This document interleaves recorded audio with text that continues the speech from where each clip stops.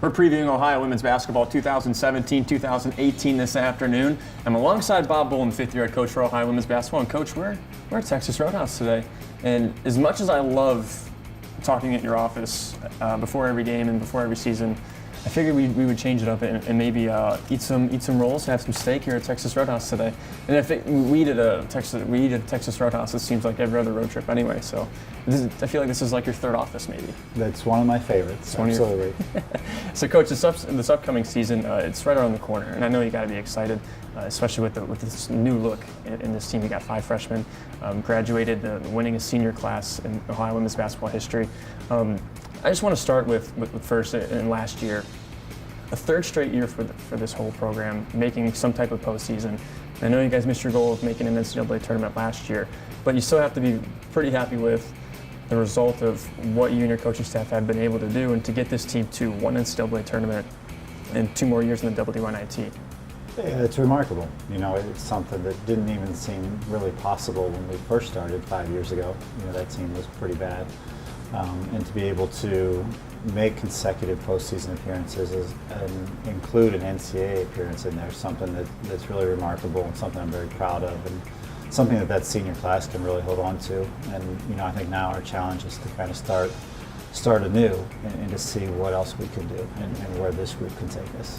And then talking a little bit about who you're returning with Taylor Agler. She's your only lone starter, but you have some key players that you got off the bench last year returning: Katie Barker, Dominic Dosick, and especially Imani Burke. She'll be prized for a big year too. How big have they been in leading these freshmen and kind of getting them to adapt to your culture and your locker room? Yeah, they've been tremendous. You know, we have a group of underclassmen, or upperclassmen I should say, that have been waiting for their opportunity. And you know, the senior class being so large, they took up a lot of minutes, and there weren't a lot of extra minutes to be handed out last year. That won't be the case this year. You know, there's a lot of opportunity, and there's a lot of young ladies that have been waiting for that opportunity. And practices have been very competitive, and I'm anxious to see how, you know, things go through November and December, and then as we kind of morph into conference play, what type of team we really are by then. And how are those returners improving? When you look at whether it be Dom or Katie behind the three-point line, whether it be Taylor running the point guard position as full-time this year, I mean, what have you seen from them and how they kind of improved their game to make this team much better from where they were a year ago? I think there's some confidence in being here and being through the system, and you know, those players being upperclassmen and being through it. They're collectively shooting the ball the best we've ever shot the ball. So, you know, that's encouraging as you move forward and you're trying to figure out how you're going to replace so many points. To be a better shooting team would certainly help our cause. You mentioned replacing points. There's no way you can recreate that senior class, or replace them rather, but you can kind of recreate the points that they left on the floor.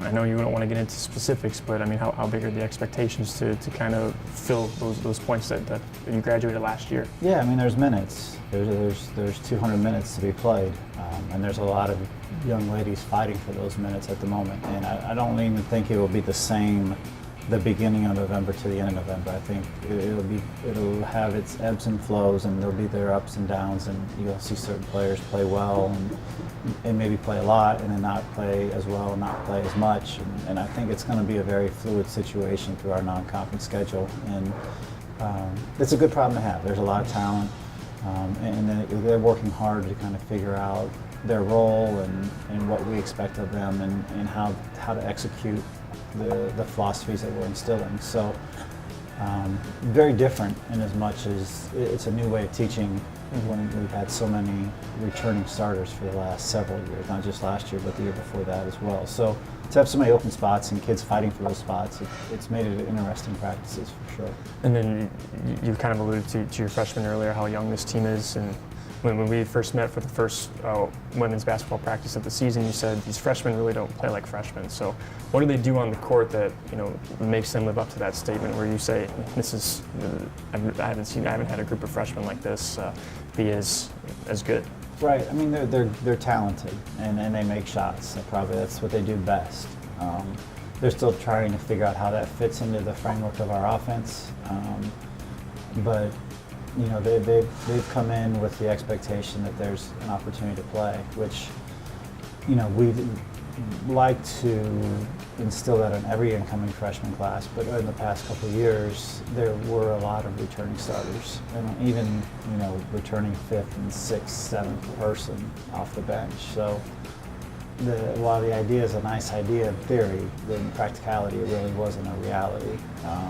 But this class kind of feels like it is a reality. That there are, when you see one returning starter, you just say, wow, that's 4 open spots. You know what I mean? No matter what coach says, there's 4 people that are going to be new starters this year, maybe 5. So you get that opportunity to come in and really compete, and I think they've done that. Is this the same or a little bit different than your first year, where you kind of have a young team and you're not starting new, but it kind of seems like it with a class now graduated? Yeah, I think it's similar because there's so many new players and there will certainly be new starters.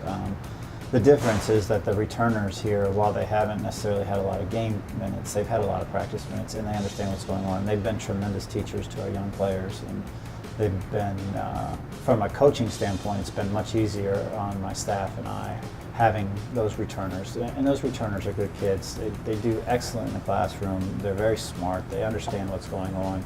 They've just had really good players in front of them for the last couple of years. So I'm expecting big things out of those returners as well as the freshmen. Let's get into the schedule a little bit. I'm sure highlighting a lot of the girls are very excited to go to Florida after after exam week, but some of the opponents that you play too. You have Michigan coming to Athens. I'm sure that's something you never would have expected your first year here. Going to Purdue, you play Virginia at West Palm Beach, and a lot of the great opponents coming in. So how do you feel about the schedule? How do you feel like your girls are going to respond to some of those bigger opponents in non-conference play and getting into the MAC season? It'll be a good challenge, and your guess is as good as mine as how we will respond. We don't have a lot of kids that have been through that. I would have answered very differently with last year's team, having been through those sorts of situations. This year's team, I don't know, that's why you schedule them, so that you can play them and you can succeed or you can fail, but you can learn from them, so that when you start against Toledo with your first conference game, you're ready to play. And I think that's probably the biggest goal, and it's probably been more true this year than ever, is that we really are just trying to get ready for our first conference game. In the past, we had aspirations of an at-large bid, and our schedule was as such that we probably could have entertained it had we won more games, and we just weren't quite good enough to do that. I don't think that's anybody's aspirations with this team. This team is about getting ready to play well in the conference season in January and February.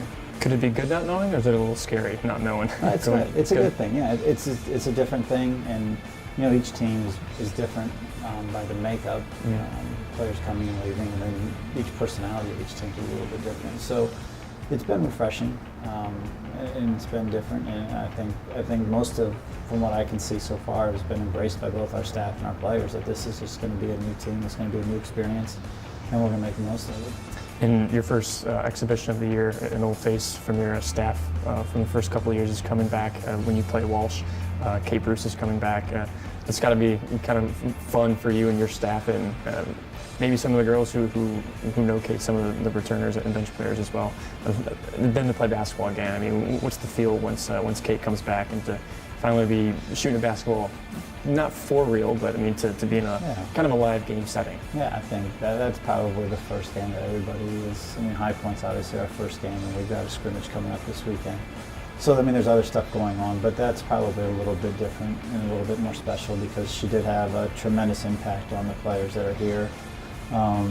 Even the ones she didn't coach, she recruited for quite some time. The freshman class, most of them were recruited for several years, so she was certainly part of that. And then just to see her run her own team and have her back here, and for fans that have asked me how she's doing, they get to see firsthand how she's doing, and they can talk with her. And I think it'll be a good day. Always fun to be a part of a doubleheader with the men, and Dad's weekend on top of it. So I think it's a great opportunity for us to get out and play in front of people in the community, and a good way to kick off our season. And finally, you guys are tabbed third in the Mid-American Conference preseason poll, and Taylor Agler too, part of the preseason All-MAC team. And just your general thoughts in going into the season, and your just the final hurrah before we finally eat steak. Taylor's definitely deserving of being an all-conference player, and she's worked very hard on her game, and I think this is probably the most excited she's been about a season, and for good reason. She's worked herself into great shape. She's shooting the ball better than she ever has. She's got a good command of our offense and our defense, and I'm expecting big things out of her this year. So don't forget about Ohio women's basketball on Saturday, November the 4th. They host Walsh, and the return of Kate Bruce, one of the assistant coaches for Ohio women's basketball as well. And got to thank Bruce and Deidre Simmons, the owners of Texas Roadhouse on East State Street, for hosting us and giving us delicious rolls and eventually our steaks and food as well. So Coach, thanks as always for sitting down with me. I know you're a busy man, and it's always well appreciated. Thank you so much. Happy to do it. Happy to do it. Thank you so much. Also, big thanks to Sarah Legarski, our SID with Ohio Women's Basketball, Chamberlain Hill, who also works with IMG. And you can't forget about Matt Moldy as well, who also was able to set this up for us. And why not Jason Chipino, who's operating the camera right now. So for Bob Boldon, my name's Jake Hromada from Athens with Love. This is Bobcat TV.